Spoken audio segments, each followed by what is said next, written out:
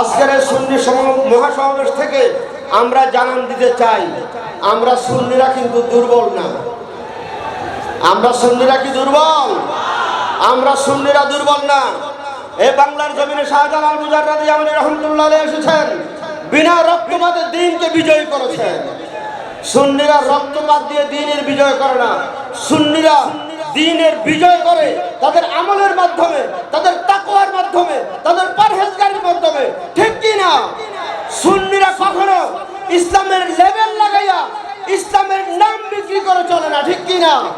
আজকে যারা ইসলামের নাম বিক্রি করে, ইসলামের লেভেল লাগিয়ে আমাদের দেশে ইসলাম কায়েম করতে চায়, তৌহিদি জনতার নাম দিয়ে আউলিয়া কেরামদের মাজার শরীফে হামলা করে, আউলিয়া কেরামদেরকে পৃথিবীর জমিন থেকে মুছে দিতে চায়, আজকে তারা সবাই আমাদের কাছে স্পষ্ট। ঠিক কিনা? আমাদেরকে তাদের চিনতে হবে, গোটা জাতিকে চিনতে হবে, সরকারকে চিনতে হবে। আজকে তারা অলিয়া উলিয়াদের সাথে বেয়াদবি করার কারণে জায়গায় জায়গায় তারা আজকে লাঞ্ছিত হচ্ছে। ঠিক কিনা?